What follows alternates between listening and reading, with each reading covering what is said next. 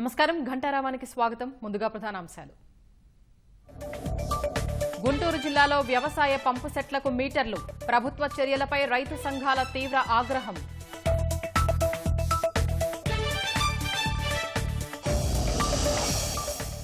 ఆర్బీకేల ద్వారా అందుతున్న సేవలు అరకొరే, సర్కారు వెల్లడించిన గణాంకాల్లో వెల్లడైన వాస్తవాలు.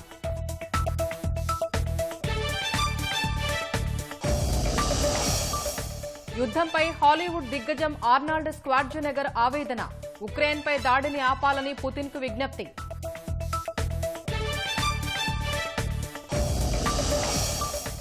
దేశవ్యాప్తంగా ఘనంగా హోలీ వేడుకలు, జీవితాల్లో వెలుగులు నింపాలని ప్రధాని ఆకాంక్ష.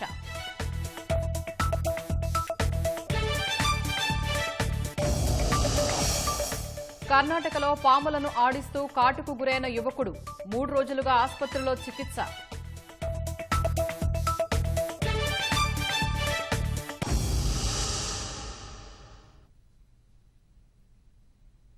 వ్యవసాయ పంపు సెట్లకు విద్యుత్ మీటర్లు అమర్చే విధానాన్ని శ్రీకాకుళం జిల్లాలో ప్రయోగాత్మక ప్రాజెక్టుగా మొదలుపెట్టిన రాష్ట్ర ప్రభుత్వం ఇప్పుడు మిగిలిన జిల్లాలపై దృష్టి పెట్టింది. ఈ క్రమంలోనే గుంటూరు జిల్లాకు చెందిన ఓ గ్రామంలో పంపు సెట్లకు మీటర్లు బిగిస్తోంది. ప్రభుత్వ తీరుపై రైతు సంఘాలు మండిపడుతున్నాయి. గుంటూరు జిల్లా చుండూరు మండలం మోదుకూరులో ప్రయోగాత్మకంగా పంపు సెట్లకు విద్యుత్ మీటర్లు అమర్చుతున్నారు.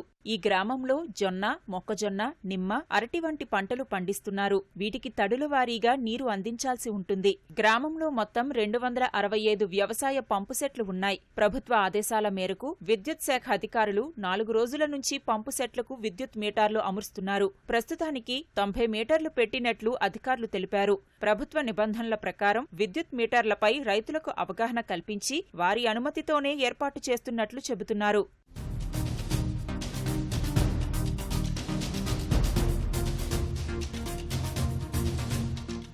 విద్యుత్ మీటర్ల ఏర్పాటు రైతులకు నష్టం చేస్తుందని రైతు సంఘం నాయకులు ఆందోళన వ్యక్తం చేస్తున్నారు.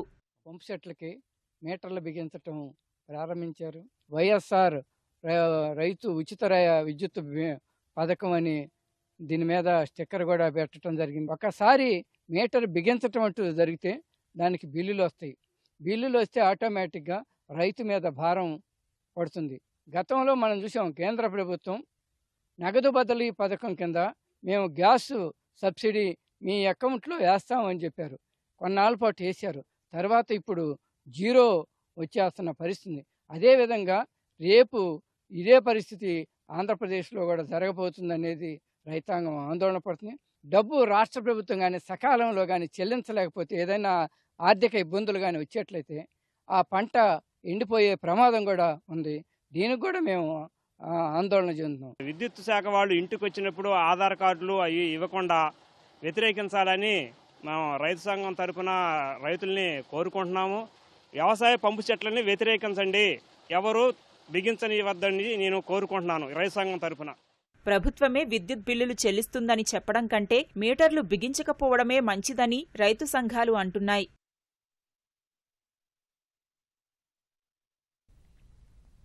పేరుకే రైతు భరోసా కేంద్రాలు, అక్కడ అందుతున్న సేవలు భరోసా మాత్రం నామమాత్రమే అని ప్రభుత్వ గణాంకాలే స్పష్టం చేస్తున్నాయి. విత్తనం నుంచి విక్రయం వరకు రైతులకు అరకొర సేవలే అందుతున్నాయి. ఆర్బీకేలపై ప్రభుత్వ ప్రచారానికి వాస్తవ పరిస్థితులకు పొంతనే ఉండడం లేదు. గ్రామాల్లో విప్లవం సృష్టిస్తూ దేశం దృష్టిని ఆకర్షిస్తున్నాయని ప్రభుత్వం గొప్పగా చెప్పుకుంటున్న రైతు భరోసా కేంద్రాల్లో ఒక్కో చోట కూడా పట్టుమని 10 లీటర్ల పురుగు మందుల అమ్మకం కాలేదు. 25 కిలోల విత్తనాలను విక్రయించలేదు. 1000 బస్తాల ఎరువులను అందించలేకపోయారు. ఆర్బీకేల ద్వారా అందించే సేవలపై ఎమ్మెల్సీలు అడిగిన ప్రశ్నలకు గురువారం శాసనమండలికి ప్రభుత్వం ఇచ్చిన సమాధానంలో ఈ విషయం తేటతెల్లమైంది. 2019 అక్టోబర్లో ప్రారంభమైన రైతు భరోసా కేంద్రాల ద్వారా విత్తనం నుంచి పంట విక్రయం వరకు రైతులకు పెద్ద ఎత్తున సేవలందిస్తున్నామని ప్రభుత్వం చెబుతోంది. వాస్తవ పరిస్థితులు అందుకు విరుద్ధంగా ఉన్నాయని ప్రభుత్వ గణాంకాలే చెబుతున్నాయి. రాష్ట్రంలోని 10,778 రైతు భరోసా కేంద్రాల ద్వారా 95,571 లీటర్ల పురుగు మందులు విక్రయించినట్లు ప్రభుత్వం చెప్పింది. అంటే ఒక్కో ఆర్బీకేలో సగటున 9 లీటర్ల పురుగు మందులు అమ్మగలిగారు. చిన్నపాటి పురుగు మందుల దుకాణంలోనూ ఇంతకు 200 రెట్లు అమ్మకాలు ఉంటాయి. మోస్తరు దుకాణంలోనైనా 2 కోట్ల నుంచి 3 కోట్ల రూపాయల వ్యాపారం చేస్తారు. మొత్తం విక్రయించిన పురుగు మందుల్లో ప్రభుత్వ పథకాల కింద రైతులకు రాయితీపై ఇచ్చేవి ఉన్నాయి. వాటిని తీసేస్తే పరిశీలిస్తే రైతులు సొమ్ము చెల్లించి కొనుక్కున్న పురుగుమందులు నామమాత్రమే. కౌలు రైతులకు 9.37 లక్షల సీసీఆర్సీ కార్డులు ఇచ్చినట్లు పేర్కొన్నారు. ఒక్కో ఆర్బీకే పరిధిలో వందలాది కౌలు రైతులు ఉంటే ఇచ్చిన కార్డులు సగటున 87 మాత్రమే. ఆర్బీకేల్లో మొత్తం 4.19 లక్షల టన్నుల ఎరువులు విక్రయించినట్లు ప్రభుత్వం పేర్కొంది.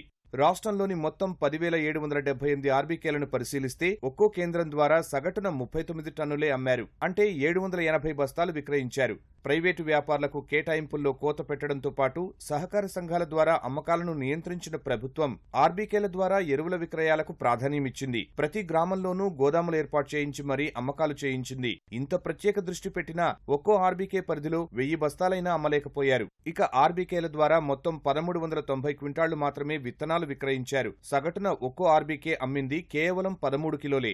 ఇందులోనూ పశుసంవర్ధక శాఖ ద్వారా అందించే గడ్డి విత్తనాలు కలిసే ఉంటాయి. ఒక గ్రామంలో 1000 ఎకరాల్లో పత్తి వేశారనుకున్న 2000 ప్యాకెట్ల విత్తనాలు కావాలి. ఒక్కోటి 450 గ్రాముల చొప్పున చూస్తే 900 కిలోల విత్తనాలు అవసరం. మొత్తంగా చూస్తే ఒక్కో ఆర్బీకేలో ఎకరం సాగుకు అవసరమయ్యే వరి విత్తనం పాటి వ్యాపారము జరగలేదని స్పష్టమవుతోంది. రైతుల నుంచి ఎక్కువ డిమాండ్ ఉండే మిరప, పత్తి విత్తనాలను ప్రత్యేకంగా ఆర్బీకేలకు కేటాయిస్తేనే ఈ మేరకైనా అమ్మకాలు సాగాయి. ఇవి కాకుండా రాయితీపై 18.23 లక్షల క్వింటాళ్లు పంపిణీ చేశారు.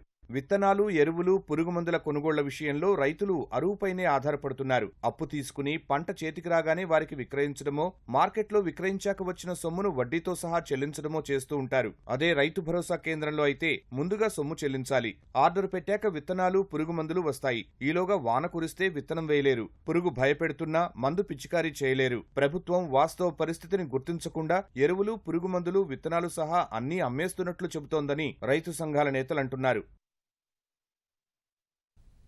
గుంటూరు నగరపాలక సంస్థకు చెందిన సుమారు 8 కోట్ల రూపాయల విలువైన ప్రజోపయోగ భూమిని వైకాపా జిల్లా కార్యాలయ నిర్మాణానికి లీజు ప్రాతిపదికన ధారాదత్తం చేయడానికి రంగం సిద్ధమైంది. ఆ భూమి ఇవ్వడానికి అభ్యంతరం లేదని స్థాయీ సంఘం తీర్మానం చేసి దస్త్రాన్ని ప్రభుత్వ అనుమతికి పంపడం ప్రాధాన్యం సంతరించుకుంది. ప్రభుత్వ స్థాయిలో ఆమోదం లాంఛనమేనని అంటున్నారు.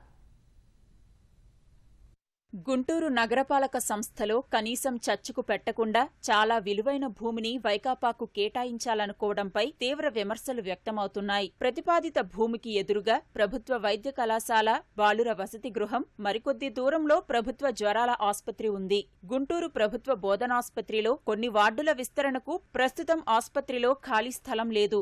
వైకాపా కార్యాలయానికి ప్రతిపాదిస్తున్న భూమిని ఆస్పత్రి విస్తరణకు కేటాయిస్తే ప్రయోజనకరంగా ఉండేదన్న అభిప్రాయం వ్యక్తమవుతోంది. భవిష్యత్తులో నగరపాలక అవసరాలకు భూమి అవసరం ఏర్పడితే ఇంతకంటే అనువైన స్థలం మరొకటి దొరకదని ఉద్యోగ వర్గాలు అంటున్నాయి. ప్రస్తుతం నగరంలో అనేక సచివాలయాలు అద్దె భవనాల్లో నడుపుతూ నెలకు లక్షల్లో అద్దెలు చెల్లిస్తున్నారు. కనీసం వాటిని నిర్మించినా అద్దెల భారం తప్పేదన్న వాదన ఉంది. అమరావతి రోడ్డులోని ప్రజలకు తాగునీరు అందించడానికి రిజర్వేర్లు నిర్మించేందుకు గతంలో నగరపాలక సంస్థ ఈ స్థలాన్ని భూసేకరణ ద్వారా తీసుకుంది. అయితే ఇప్పటి వరకు రిజర్వేర్ల నిర్మాణం చేపట్టలేదు. ఇప్పటికీ ఆ ప్రాంత ప్రజలకు సుమారు 4 మీటర్ల దూరాన ఉన్న నెహ్రూనగర్ రిజర్వాయర్, 2 కిలోమీటర్ల దూరంలో ఉన్న లక్ష్మీపురం రిజర్వాయర్ల నుంచి నీటి సరఫరా చేస్తున్నారు. వైకాపా కేంద్ర కార్యాలయం సమన్వయకర్త ఎమ్మెల్సీ లేళ్ల అప్పిరెడ్డి ప్రతి జిల్లాలో పార్టీ కార్యాలయ నిర్మాణానికి స్థలాలు కేటాయించేలా బాధ్యులైన యంత్రాంగానికి ఆదేశాలివ్వాలని కోరుతూ ముఖ్యమంత్రికి లేఖ రాశారు.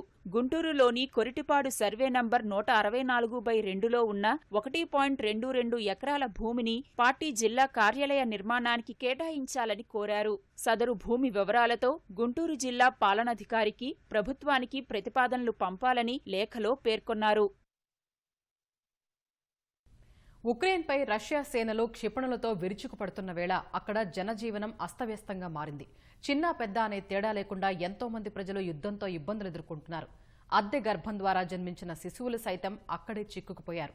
యుద్ధం కారణంగా తల్లిదండ్రులు పిల్లల్ని ఇంటికి తీసుకెళ్లే పరిస్థితి లేక సరోగసీ కేంద్రాల్లోని నిర్వాహకులే వారి ఆలనాపాలన చూస్తున్నారు.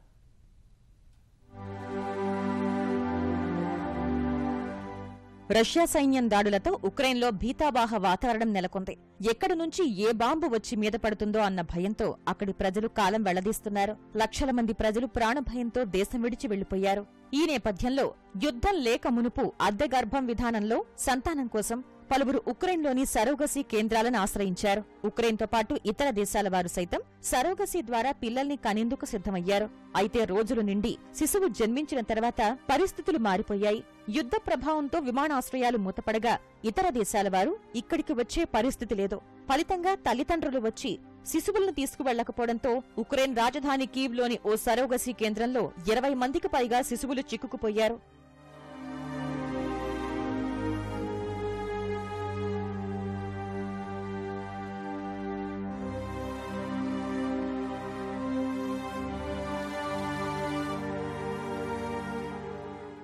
కీవ్ సమీపంలోని ఈ సరోగసీ కేంద్రంలోని 20 మంది శిశువులను ఓ షెల్టర్లోకి తరలించారు. నర్సులు శిశువుల ఆలనా పాలనా చూసుకుంటున్నట్లు స్కై న్యూస్ తెలిపింది. యుద్ధం ఎప్పుడు ముగుస్తుందో తెలియడం లేదు. శిశువుల్ని తీసుకువెళ్లాలని తల్లిదండ్రులు భావించినా ప్రస్తుతం రాలేని పరిస్థితి ఉంది. దీంతో ఆ చిన్నారులు తల్లిదండ్రులకు దూరంగా ఉండాల్సొస్తోంది.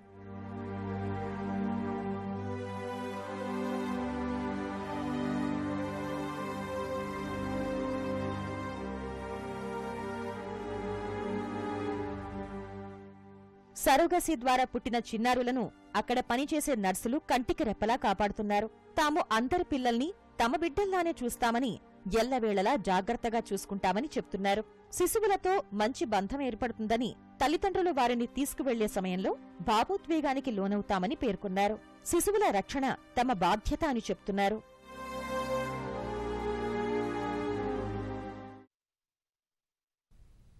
రష్యా సేనలను ధీటుగా ఎదుర్కొనేందుకు ఉక్రెయిన్కు అవసరమైన సైనిక సాయాన్ని అమెరికా మెల్లగా పెంచుతోంది.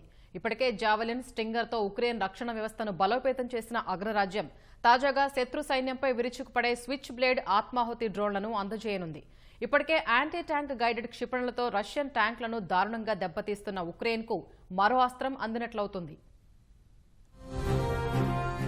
రష్యాపై పోరుకు ఉక్రెయిన్కు అన్ని విధాలా సహకరిస్తామని ప్రకటించిన అమెరికా అధ్యక్షుడు జో బైడెన్ ఆ దేశానికి భారీగా ఆయుధాలను అందిస్తున్నారు. తాజాగా $800 మిలియన్ సైనిక సాయంలో భాగంగా 800 స్టింగర్ క్షిపణులు, 100 ఆత్మాహుతి స్విచ్ బ్లేడ్ డ్రోన్లు, దాదాపు 2 కోట్ల చిన్న ఆయుధాలు, మందుగుండు సామాగ్రిని ఇస్తున్నట్లు ప్రకటించారు. వీటితో పాటు మోర్టార్ రౌండ్లు, 25,000 శరీర కవచాలు, 25,000 హెల్మెట్లు, 100 గ్రనేడ్ లాంచర్లు, 5,000 rifles, 1000 pistols, 400 machine guns, 400 shotguns తో సహా 2,000 జావెలిన్, 1000 లైట్ యాంటీ ఆర్మర్ ఆయుధాలు, 6,000 AT-4 యాంటీ ఆర్మర్ సిస్టమ్స్ ఇస్తున్నట్లు చెప్పారు.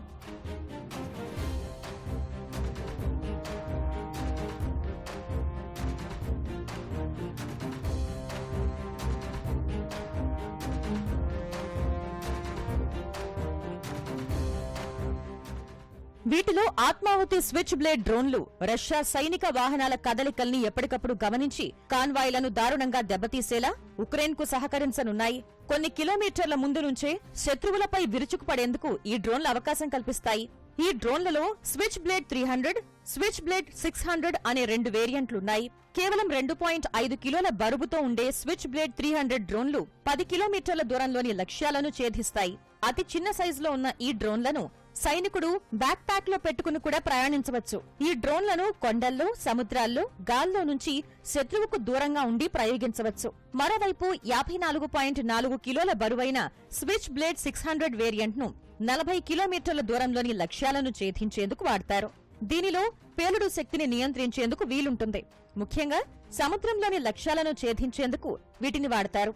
గంటకు 185 కిలోమీటర్ల వేగంతో ప్రయాణించే ఈ డ్రోన్ల ద్వారా 20 నిమిషాల్లో 40 కిలోమీటర్ల అవతల లక్ష్యాన్ని ఛేదించవచ్చు.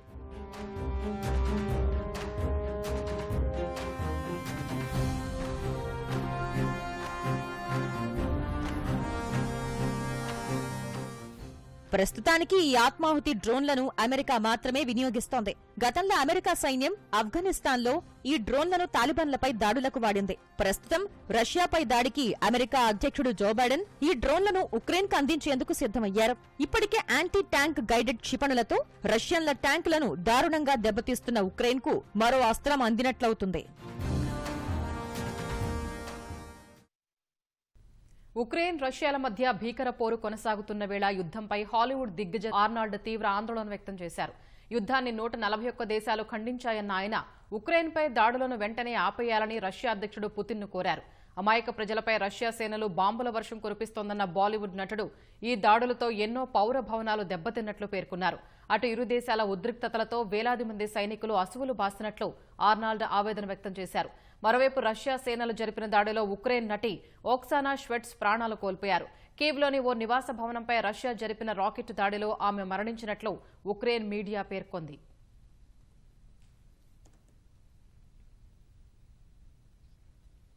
అంతర్జాతీయ మార్కెట్లతో పోలిస్తే $20 నుంచి $25 తక్కువకే బ్యారెల్ క్రూడాయిల్ ఇస్తామన్న రష్యా ప్రకటనకు భారత ఇంధన సంస్థల నుంచి విశేష స్పందన వస్తోంది. ప్రపంచ మార్కెట్లో పెరిగిన చమురు ధరలను తప్పించుకునేందుకు దేశీయ ఇంధన సంస్థలు క్యూ కడుతున్నాయి. ఇప్పటికే ఇండియన్ ఆయిల్ కార్పొరేషన్ చమురు కొనుగోలుకు రష్యాతో ఒప్పందం చేసుకోగా తాజాగా హిందుస్థాన్ పెట్రోలియం కార్పొరేషన్ లిమిటెడ్ మరో 20 లక్షల బ్యారెళ్ల దిగుమతికి అంగీకారం కుదుర్చుకుంది. ఉక్రెయిన్ రష్యా యుద్ధం నేపథ్యంలో అంతర్జాతీయంగా ముడి చమురు ధరలకు రెక్కలొచ్చాయి. ప్రపంచంలోనే రెండో అతిపెద్ద చమురు సరఫరాదారైన రష్యా నుంచి ఎగుమతులు నిలిచిపోవడంతో క్రూడాయిల్ బ్యారెల్ ధర ఏకంగా $130కు చేరుకుంది. దీంతో అమెరికా సహా Canada, France, Germany, UK, Spain వంటి దేశాల్లో చమురు ధరలు రికార్డు స్థాయిలో పెరిగాయి. దేశంలోనూ భారీగా పెరిగే అవకాశముందని అంచనాలతో భారత ఇంధన సంస్థలు ప్రత్యామ్నాయ మార్గాలపై దృష్టి సారించాయి. క్రూడాయిల్ను డిస్కౌంట్లో ఇస్తామన్న రష్యా ప్రతిపాదనను అంగీకరిస్తూ దేశీయ ఇంధన సంస్థలు తక్కువ ధరకే చమురు కొనేందుకు క్యూ కడుతున్నాయి. గత వారం దేశంలోనే అతిపెద్ద చమురు కంపెనీ అయిన Indian oil corporation IOC Russia నుంచి ఇంధన కొనుగోలుకు ముందుకు రాగా తాజాగా అదే బాటలో Hindustan petroleum corporation limited HPCL వచ్చి చేరింది. రష్యా నుంచి 20 లక్షల బ్యారెళ్ల చమురును దిగుమతి చేసుకునేందుకు హెచ్పీసీఎల్ ఒక ట్రేడర్ ద్వారా ఒప్పందం చేసుకుంది. దీని ప్రకారం ప్రస్తుత బ్యారెల్ ధరతో పోలిస్తే $20 నుంచి $25 కంటే తక్కువకే రష్యా క్రూడాయిల్ను సరఫరా చేయనుంది.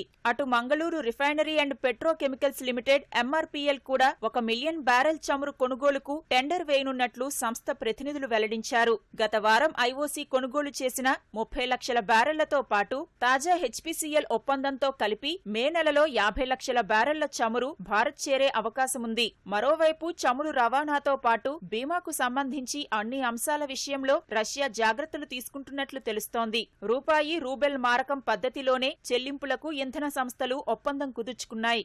మరోవైపు రష్యా చమురును కొనుగోలు చేయాలనుకోవడం లేదని ప్రపంచంలోనే అతిపెద్ద రిఫైనరీ సంస్థలో ఒకటైన రిలయన్స్ ఇండస్ట్రీస్ ప్రకటించింది. రష్యా చమురుపై పశ్చిమ దేశాలు విధించిన ఆంక్షలు కారణంగానే ఈ నిర్ణయం తీసుకున్నట్లు ఆ కంపెనీ సీనియర్ అధికారి ఒకరు వెల్లడించారు. చమురు తీసుకునే అవకాశం ఉన్నప్పటికీ దూరంగా ఉండాలని నిర్ణయించినట్లు చెప్పారు. రిలయన్స్ గత కొన్నేళ్లుగా తమ చమురు శుద్ధి కేంద్రాల కోసం రష్యా నుంచి ఒరల్స్ క్రూడ్ ఇంధనాన్ని కొనుగోలు చేస్తోంది. సాధారణంగా కష్టాలు బాధలు చెప్పుకునేందుకు భక్తులు ఆలయానికి వెళుతుంటారు. కానీ ఆ గ్రామంలో మాత్రం అమ్మవారే ఊళ్ళోని ప్రతి గడప తొక్కుతారు. ఇంటింటికి వెళ్లి పూజలు అందుకుంటారు. భక్తుల కోర్కెలు తీర్చుతారు. ఇంతకీ ఆ దేవత ఎవరు, ఎక్కడ వెలిశారు, ఏమిటి ఆ గ్రామ ప్రత్యేకత? ఇవన్నీ తెలియాలంటే ఈ కథనం చూడాల్సిందే.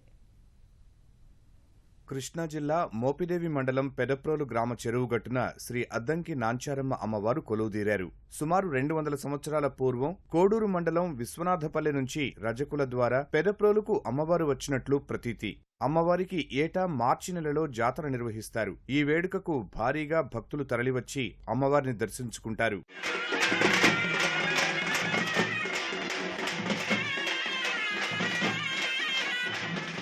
సహజంగా భక్తులు ఆలయానికి వెళ్లి పూజలు చేసి మొక్కులు చెల్లించుకోవడం ఆనవాయితీ. కానీ అద్దంకి నాంచారమ్మ అమ్మవారు మాత్రం మార్చి నెలలో జాతర ప్రారంభమయ్యాక 15 రోజుల పాటు ఊరేగింపుగా ఇంటింటికి వెళతారు. వారి నట్టింట కొన్ని గంటల పాటు ఉంటారు.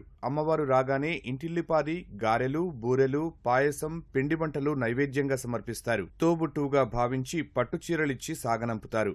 అమ్మవారు ఇంట్లో అడుగు పెడితే కష్టాలన్నీ తొలగిపోయి సౌభాగ్యం వస్తుందన్నది గ్రామస్తుల విశ్వాసం. అమ్మవారి బయటకు తీసిన తర్వాత ప్రతి ఇంటికి వెళ్ళి పూజలు అందుకొని 15 రోజులు పూజలు అందుకొని 15వ రోజు ఉత్సవాలు ఘనంగా చేసుకొని ఆవిడని ఊరేగింపుతో మేము ఘనంగా అమ్మవారి గుడికి సాగనంపుతాం. ప్రతి ఒక్కరూ గుడికెళ్ళి పూజలు చేసుకోవడం వేరు. ఇక్కడ మా గ్రామంలో ప్రత్యేకత ఏమిటంటే అమ్మవారే మా ఇంటికి వచ్చి మా ఇంట్లో ఒక ఆడపిల్లలాగా ఆమె పూజలు అందుకుని 15 రోజులు అయిపోయినాక పూర్ణిమ నాడు గుడి సంబరానికి పురంలోకి చేరి సంబరాలు జరుపుకుంటాము. మేము అమ్మవారిగా కాకుండా మా తల్లిగాను లేదా మా చెల్లిగాను ఇంటికి పిలుచుకుని పట్టు శారీ పూలు పళ్ళు ప్రసాదం పెట్టి మా కోరికలన్నీ చెప్పుకుంటాం అమ్మవారితో. పూర్వీకులు పెద్దలు అందరూ కూడా ఈ కార్యక్రమాన్ని పాల్గొన మాసం పౌర్ణమి రోజున సంబరాన్ని గ్రామోత్సవంగా జరుపుకుంటూ ఉన్నారు. లోగడ 2 రోజులు 3 రోజులు చేసేవాళ్ళు. ఇప్పుడు 10-15 రోజులు ఈ గ్రామోత్సవం జరుగుతోంది. ఇప్పటికే ఊళ్ళోని ఇంటింటికి వెళ్లి అమ్మవారు పూజలు అందుకున్నారు. నేడు అమ్మవారి జాతర మహోత్సవం నిర్వహిస్తున్నారు. ప్రతి సంవత్సరం శ్రీ అద్దంకి నాంచారమ్మను సుమారు 1,00,000 మంది భక్తులు దర్శించుకుని మొక్కులు తీర్చుకుంటారు. ఈ మేరకు పోలీసులు బందోబస్తు ఏర్పాటు చేశారు. వారు గత 15 రోజుల నుంచి కూడా గ్రామంలోని ప్రతి గడప గడపకు తిరుగుతూ 15 రోజులు ముగించుకున్న తర్వాత జాతర మహోత్సవం ముగింపు మహోత్సవం అనేది చాలా భారీ ఎత్తున జరుగుతుంది. అమ్మవారి జాతరకి మన రాష్ట్ర నలుమూలల నుంచి భక్తులు భారీ ఎత్తున తరలి రావడం జరుగుతుంది. సుమారుగా 80,000 నుంచి 1,00,000 మంది దాకా వచ్చే అవకాశం ఉంది. కావున బందోబస్తు కూడా అదేవిధంగా ఏర్పాటు చేసుకొని ఆల్టర్నేట్ రూట్స్ కూడా ఏర్పాటు చేసుకొని ఎక్కడా కూడా భక్తులకు ఇబ్బంది లేకుండా మా జిల్లా ఎస్పీ గారి ఆదేశాల మేరకు బందోబస్తును ఏర్పాటు చేయడం జరిగింది. నాంచారమ్మ గుడిలో వివాహం చేసుకున్న జంటలకు పెళ్లికి కావలసినవన్నీ ఉచితంగా అందిస్తారు. ఇప్పటి వరకు 250 జంటలకు ఆలయ కమిటీ సభ్యులు సాయం చేశారు. కూరపాటి కోటేశ్వరరావు అనే వ్యక్తి లక్షల రూపాయలు ఖర్చు చేసి గాలిగోపురం, ప్రాకార మండపం, ఇతర నిర్మాణాలు చేయించారు. ఈ గుడి ప్రైవేటు దేవాలయంగా కొనసాగుతోంది. కర్ణాటకలోని ఉత్తర కన్నడ జిల్లా సిరసిలో మాజ్ సయ్యద్ అనే యువకుడు నాగుపాములతో ఆడుతూ ప్రాణాల మీదకు తెచ్చుకున్నాడు. పాములంటే ఇష్టపడే సయ్యద్ ఇప్పటికే 5,000కు పైగా పాములను రక్షించి అడవిలో వదిలేశాడు. ఇదే క్రమంలో 3 రోజుల కింద 3 నాగుపాములను దేవికెరే అటవీ ప్రాంతంలో వదిలేందుకు వెళ్లాడు. అంతటితో ఆగకుండా వాటిని నిపుణుల మాదిరిగా ఆడించే ప్రయత్నం చేశాడు. అందులో ఒక పాము అకస్మాత్తుగా అతడిని కాటువేసింది. దీంతో ఆస్పత్రి పాలైన సయ్యద్ 3 రోజులుగా అక్కడే చికిత్స పొందుతున్నాడు.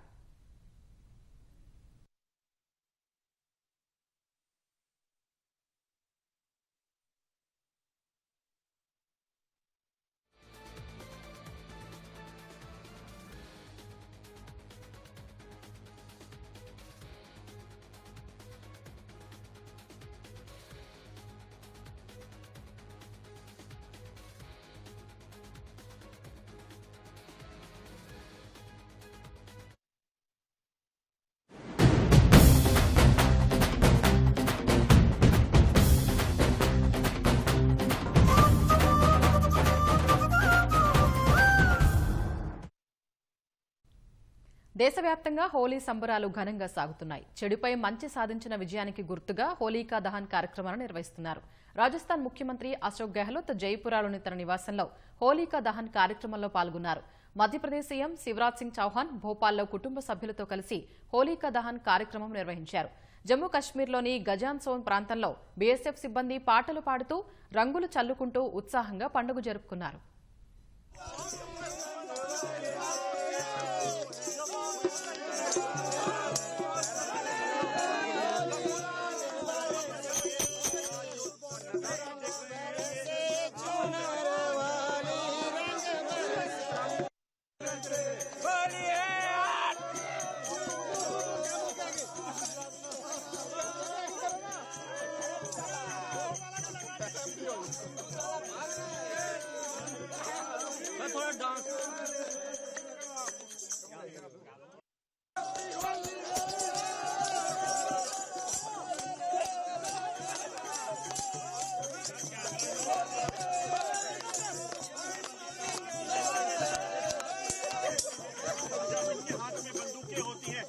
बात करते हैं इनसे।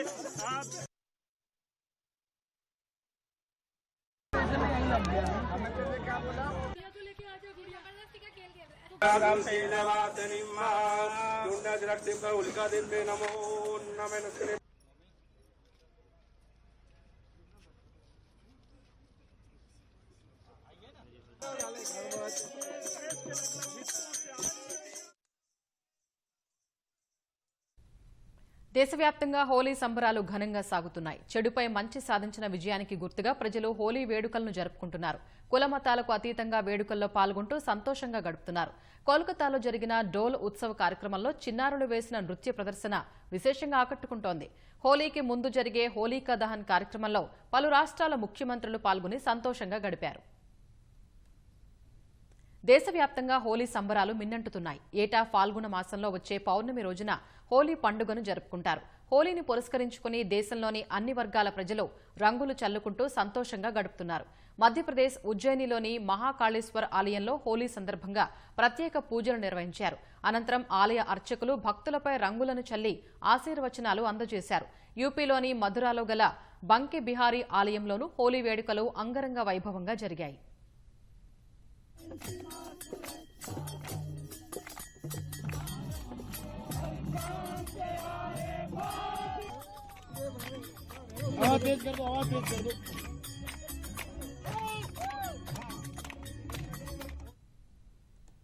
అటు బంగాల్లోనూ హోలీ వేడుకలు ఘనంగా సాగుతున్నాయి. కోల్కతాలో ఏర్పాటు చేసిన డోల్ ఉత్సవ కార్యక్రమంలో చిన్నారులు వేసిన నృత్య ప్రదర్శన ఆకట్టుకుంటోంది. పాటలు పాడుతూ చిన్నారులు చేసిన సంప్రదాయ నృత్యాన్ని చూసేందుకు స్థానికులు తరలివచ్చారు. మరోవైపు నగరంలోని సోనాగచ్చి ప్రాంతంలో మహిళా కోఆర్డినేషన్ కమిటీ హోలీ వేడుకలు నిర్వహించింది. ఈ సంబరాల్లో పెద్ద ఎత్తున సెక్స్ వర్కర్లు పాల్గొని ఒకరికొకరు రంగులు పూసుకుంటూ హోలీ శుభాకాంక్షలు చెప్పుకున్నారు.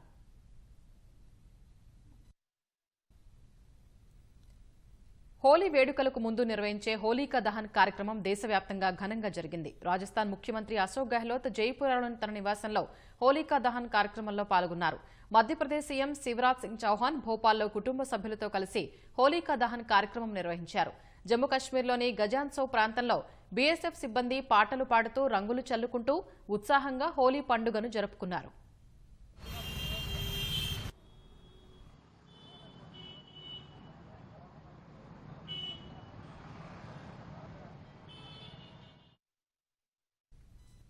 రంగుల పండుగ హోలీని పురస్కరించుకుని ముఖ్యమంత్రి జగన్ సహా పలువురు ప్రముఖులు రాష్ట్ర ప్రజలకు శుభాకాంక్షలు తెలిపారు. హోలీ పండుగ వసంతం రాకను సూచిస్తుందన్న సీఎం జగన్ ఆనందోత్సాహాలతో పండుగ జరుపుకోవాలని ఆకాంక్షించారు. హోలీ పండుగ రంగులతో కూడిన ఉత్సాహపూరితమైన వేడుక అన్న గవర్నర్ బిశ్వభూషణ్ హరిచందన్ ఇది ప్రజల మధ్య సౌభ్రాతృత్వాన్ని, సద్భావనను బలోపేతం చేస్తుందని పేర్కొన్నారు. కోవిడ్ ప్రవర్తన నియమావళిని పాటిస్తూ పండుగ జరుపుకోవాలని సూచించారు. ప్రజలందరికీ హోలీ పండుగ శుభాకాంక్షలు తెలిపిన తెలుగుదేశం అధినేత చంద్రబాబు ఇంటిల్లిపాదికి సంతోషాలు తేవాలని ఆకాంక్షించగా ప్రతి ఒక్కరి జీవితాల్లో సరికొత్త ఉత్సాహాన్ని నింపాలని తెలుగుదేశం జాతీయ ప్రధాన కార్యదర్శి లోకేష్ అన్నారు. రంగుల పండుగ అందరి జీవితాల్లో ఆనందోత్సాహాలు తేవాలన్న ప్రముఖ నటుడు బాలకృష్ణ సహజ రంగులతో జరుపుకోవడమే హోలీ పండుగ పరమార్థమన్నారు. భవిష్యత్తు పట్ల కొత్త ఉత్సాహాన్ని ఈ పండుగ పెంపొందించాలని అభిలషించారు. దేశ ప్రజల ఐక్యతకు హోలీ ప్రతీకగా నిలుస్తుందని జనసేన అధినేత పవన్ కళ్యాణ్ అన్నారు. ప్రకృతి పరంగా లభించే సహజ సిద్ధమైన రంగుల మిశ్రమాలతో పండుగ జరుపుకోవాలని పవన్ కళ్యాణ్ పిలుపునిచ్చారు.